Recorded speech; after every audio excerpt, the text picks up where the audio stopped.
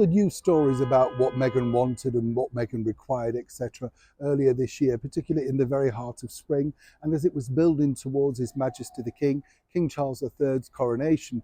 Well, obviously, in this particular book that is now circulating, they've decided to rewrite certain stories, including, just ridiculous claims about the demands and how pampered His Majesty King Charles is.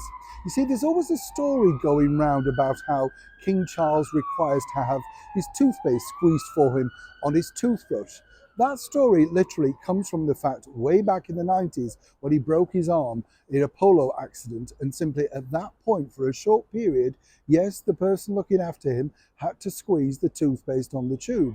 It's a bit tricky, isn't it, if you've broken your arm, as anybody knows, to try and do all of those things with not necessarily the right arm. But that becomes folklore. You see how stories get twisted. What's interesting here, though, is, and this is not twisted, Meghan did indeed cast her eye over the possible inclusion of appearing graciously, one might point out, at the coronation of King Charles III. What went wrong? Simply what went wrong was this. Meghan, as we now all know, was looking for some kind of pivotal role. She felt that she and Harry were going to be a pivotal part of the British monarchy. And while Prince Harry reluctantly couldn't decide whether he was going to attend or not his father's coronation, it was all simply down to one factor. The fact that just keeps popping up time and time again. Exactly what would Meghan's role be within the coronation? Now, as we all know, they were very graciously invited. It was part of an historical event, and one, of course, that their two children, Prince Archie and Prince Lily, who'd been given those titles graciously by His Majesty the King, should and would have probably in years to come liked to have been part of such an historical event. How cruel to keep them both away from such their heritage and, more importantly, as I say, world history. People will view that particular slight in years to come as something absolutely terrible, and perhaps Prince Harry might feel the same way. But you see, what truly battled on, and once again that's not included in this salacious, complete fantasy book, is simply this. Meghan was pushing hard for a role. In fact, she wouldn't have minded doing the sword role that was taken up by the MP Penny Mordaunt. I kid you not. All eyes on Meghan. Now, as you can understand, His Majesty the King, Queen Camilla, the Prince and Princess of Wales, William and Catherine, it was all about the succession, their day, moving forward, etc.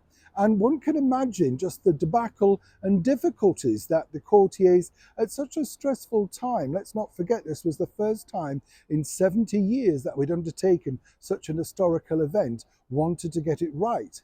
But of course, when Harry couldn't secure a role for his wife, the cable TV actress Meghan Markle, he was then threatening not to attend also. At the 11th hour, which isn't pointed out, and as ever we have to say allegedly, they still had no idea that Harry would or would not attend. They had to leave a place available. You see, he was coming, as we now know, on a commercial flight, playing games right at the 11th hour, making sure that he got the attention. Would he or would he not attend? And what we then saw was that crumpled Christian Dior suit, not exactly looking resplendent as a younger son of the reigning monarch, as one can imagine. So while people go on about exactly what went wrong with the coronation, now of course the lies are spilling out by the fact that this particular author is claiming this situation went on. We feel free to inform you that this was the problem. Meghan, without a significant role and a significant seat virtually at the top table in the coronation, simply wasn't playing ball, not just for her, but for her children, Prince Archie and Princess Lily too. So Harry had to face this dilemma, once again, alone. Neil Sean in the very heart of London.